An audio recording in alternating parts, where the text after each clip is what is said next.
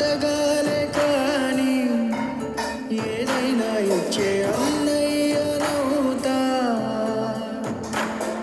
పిలవాలే కానీ పలికేటి తోడు నీడైపోతా.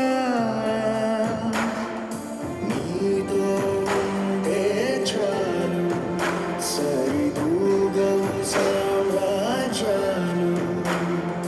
రాత్రి పగలు లేదే దిగులు తడిసే కనులు.